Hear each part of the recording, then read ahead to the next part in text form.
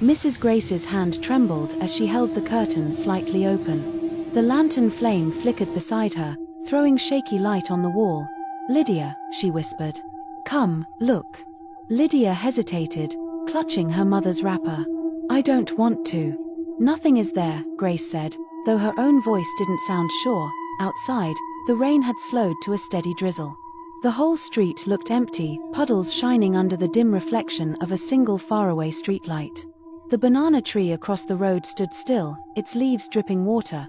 Then, one of the leaves moved, not from the wind, but like someone brushed past it. Grace's stomach tightened.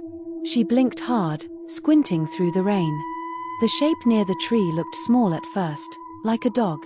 But then it stood up, slowly, taller, human-shaped, dripping wet.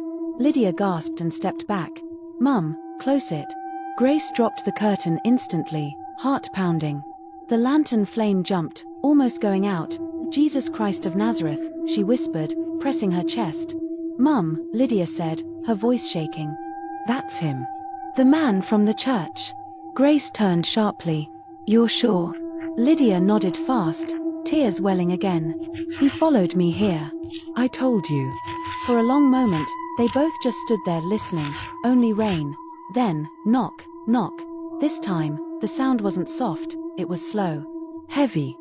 The kind of knock that knows you're inside. Lydia screamed and hid behind her mother. Grace grabbed the lantern with one hand and picked up the old wooden pestle she used for pounding yam. "Who's there?" she shouted, her voice breaking. No reply. Just another knock, knock, even louder. "Leave my house," Grace yelled, lifting the pestle. "Whoever you are, leave before I call the police." Silence. Then the door handle rattled. Slowly. Metal scraping against wood. Lydia clutched her mother's waist, crying. "He wants to come in." Grace raised the lantern toward the door, the glow catching the wet floor. Water had started to seep in through the gap beneath it. She took a deep breath, walked 2 steps forward, and shouted, "In Jesus' name." The wind outside howled suddenly, slamming the window shut.